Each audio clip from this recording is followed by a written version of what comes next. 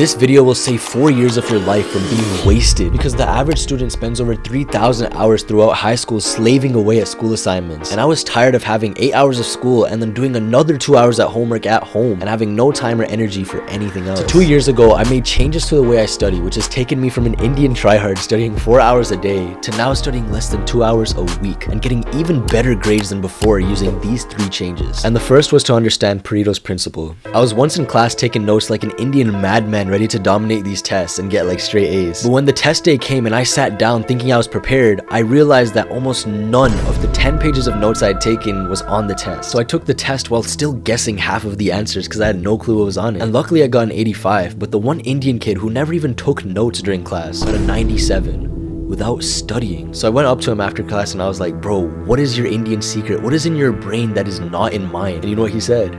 He said, bro, just do practice tests. And that's when I realized that the people who are winning aren't working any harder than me. They just found a better thing to work on. Only 20% of practice material, which was the practice test, would help me get 80% of the test grade. This is the idea of Pareto's principle. So how do you use Pareto's principle to study less than 2 hours a week? For this Indian genius, it was to do practice tests, but that doesn't work in every class. Like, how are we supposed to do a practice test for an English class where you have to write essays? And that's because you have to treat every class differently. I was once writing an essay for history that followed the directions perfectly, but the teacher still gave me an 81. So I went up to him, I was like, yo, like, what did I do wrong? And he said I used the same wording as everyone else and there was nothing unique about my essay. So all I did the next time was search up different words instead of the ones I was using, like swapping out use for implements or eating for consumed, and my essay grades instantly went up to 95 because I learned what the teacher wanted. And once I learned to satisfy my teachers, I started getting extra treatment. And if you don't learn this, you could be missing out on getting potentially 10 grades higher on your entire grade. Because one time I did horrible on a physics test, and so did my friend, and we both decided to approach the teacher at different times to ask if we could retest. My friend went out first and he asked if he could take it again, and the teacher just straight up said, no, you should have studied for the test. And so I was just in the back like, bro, I can't do this, like, he's gonna say no to me. But then I realized my friend didn't know the ancient secret to convince teachers to give you a higher grade, because the next day when I went up and asked if I could retake the test,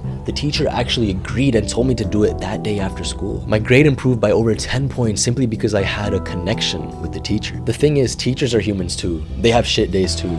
They hate it when someone disrespects them or ignores them too. But if you can help them out and make their lives easier, they'll do the exact same things for you, which means sometimes getting a grade boost or getting preferential treatment. This sounds illegal, but the teacher gets to decide what students they want to help and which they don't. And to help the teacher, you can just clean up a desk after class or help them out without even asking, or staying after and asking deeper questions about the topic or complimenting them genuinely on something they wore. But this doesn't just work on teachers, because if you apply the same principle to the right students, you can save hours on your homework. In my school, that same Indian genius who told me to just do practice tests had the highest grades in the school. And after he told me to do that, I asked him how he got the highest grades in the school. Eventually, we talked for a bit and exchanged phone numbers, and I became one of his closest friends. Over time, we started trusting each other and started using each other too. Because of how well he knew me, whenever I didn't do any homework or I got too much homework, we just agreed to split the homework in half, and it would save us so much time from doing it at home. And this meant we could both save time without feeling guilty about it. Sometimes I'd straight up ask if he could just send the entire homework thing over and he would do it. And sometimes he would ask me, so I'd send it over to him. If you can make real, genuine friends with some of the smartest people in the school, you can get many privileges from them that you won't get from other stupider friends, which could save you hours of assignments that are useless. But the secret is to not just become friends with them for their grades, because anyone can catch on when you're using them. So how do you find people just like you who have higher grades than you? Because let's say you start talking to the smartest kid in the school, but he's just a weirdo who watches anime all day and plays some stupid like Genshin Impact or whatever. I mean, unless you're like that too, you probably won't get along with him. Well, you still have the second smartest person in the school, and the third or fourth, and so on. At least one of them would have a similar personality to you who can talk and eventually share values with. There are many gifted people in your school. They're just mostly hidden and they won't talk to anyone. As long as this person has higher grades than you, they will help you grow and you can help them too. So now that you've learned to study the right way and get smart friends, how do you stop procrastinating and actually get to work? It's to optimize your phone. Because my screen time was over 8 hours a day, and I realized that my phone always distracted me from being able to do the work. So I dropped my screen time to less than an hour a day using these 3 methods. The first being silencing. Because whenever I'd start working, I'd get a text from my boy PJ, then quickly swipe to YouTube to see what's going on, then get stuck scrolling on shorts endlessly until my brain gave out. I realized that if I never got that notification from my friend, which wasn't even important in the first place,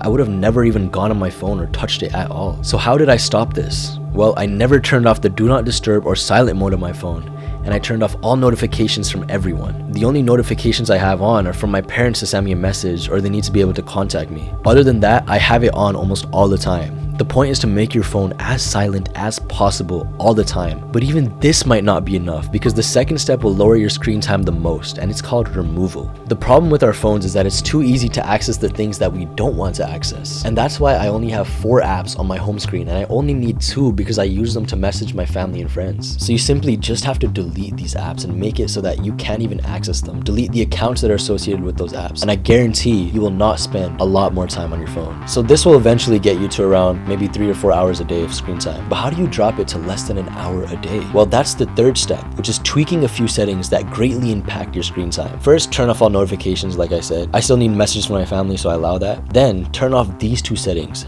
Tap to wake and rise to wake. What happens with these is that whenever we try to open our phones, we tap it and it just turns on the screen right away. Once you turn this off, you won't be able to open your phone simply by tapping it. It's the same with rise to wake. Whenever we just pick up our phones and it turns on itself, that makes it really easy to turn on. You're just making it harder to turn on, so it's hard to access your phone. By applying all of these steps, you'll be able to get your screen time to under an hour a day, and it'll make it much easier for you to start studying and continue studying because you won't be able to get distracted in the middle of it. But that Indian kid from my school had a rival, someone better than him, a kid with 3 Asian secrets that made it so that he studied less than an hour a week and stayed muscular, social, and happier than everyone else. All of which I reveal in this video right here.